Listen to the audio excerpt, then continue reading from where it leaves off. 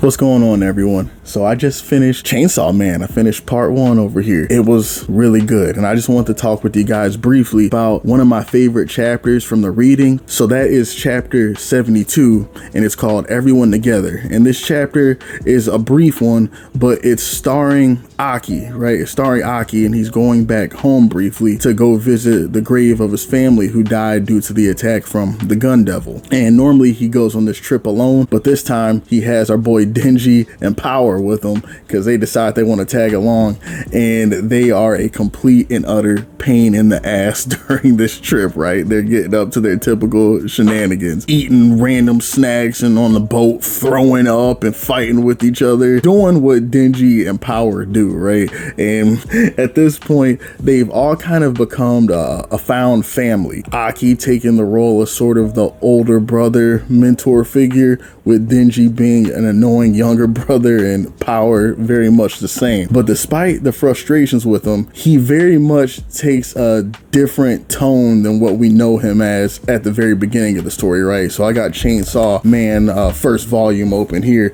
and this is our first introduction to Aki, where he pounds on Denji and beats the shit out of him before joining the bureau and everything. And he is very much a cold, kind of callous and aloof character in these beginning chapters, right? What this chapter really does is it illustrates the growth of Aki, you know, where he talks to Denji and actually opens up to him, where they wake up in the middle of the night. Denji comes to him and Aki gives him the generic, like, piss off, dude, I'm not trying to talk to you. But in reality, he opens up to him and says that normally during these moments where he goes on these trips home alone, he's lost in thought, he's grieving, and he just has all these things going on in his mind that takes him back to that moment of pain and grief, the worst moment of his life. But with Denji and Power being there, they were so annoying that he wasn't able to get lost in thought like he was. And then Denji says, "You're welcome," and the two just kind of share a brief and quiet moment together. You know, what I feel like the best pieces of art do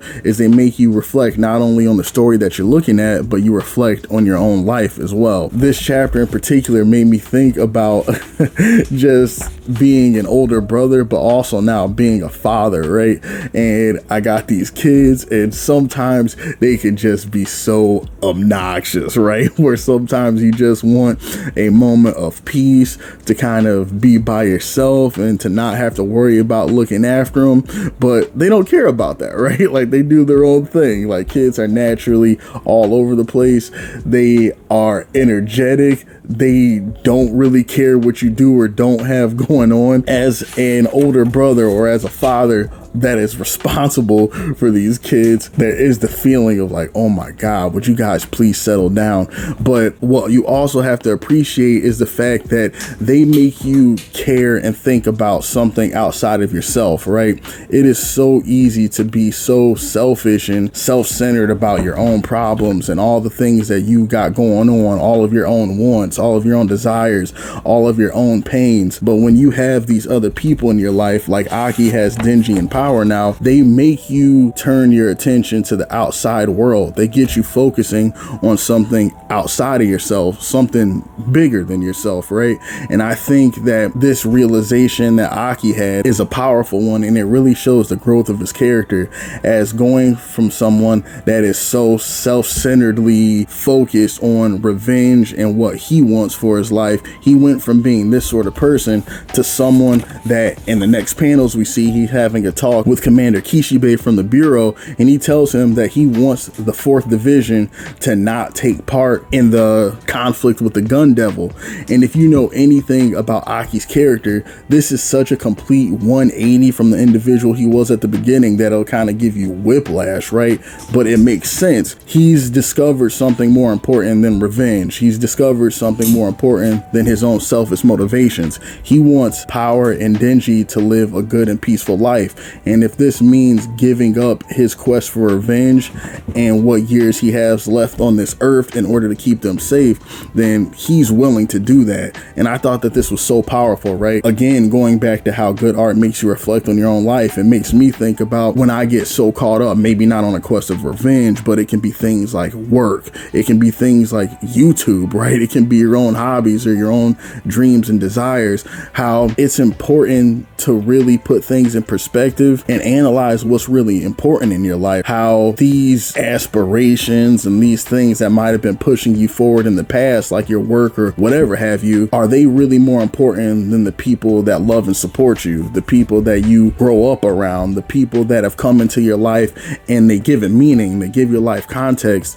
Is your job or your hobby or whatever it is that you're so single-mindedly focused on, is that truly the most important thing?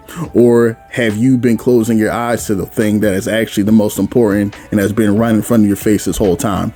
And I thought that Aki's character arc really illustrated this point beautifully, and he might be one of my favorite characters in Chainsaw Man, period, man. I love this guy. He went from like the aloof Sasuke archetype, too cool for school, into something that was just so deep and so compassionate. I love that, right? He's always had that character trait below the surface, right? He's been characterized as somebody that can still cry and is much more emotional than many people are on the bureau at this point. Aki's character arc really gave me something to reflect on, and I just want to share my thoughts on that with you guys. I'd love to hear in the comments your guys' favorite moments from the volumes or the entire manga as well, and let me know what you got from the story, because I know everybody has different moments that really stick with them and make them want to reflect, right?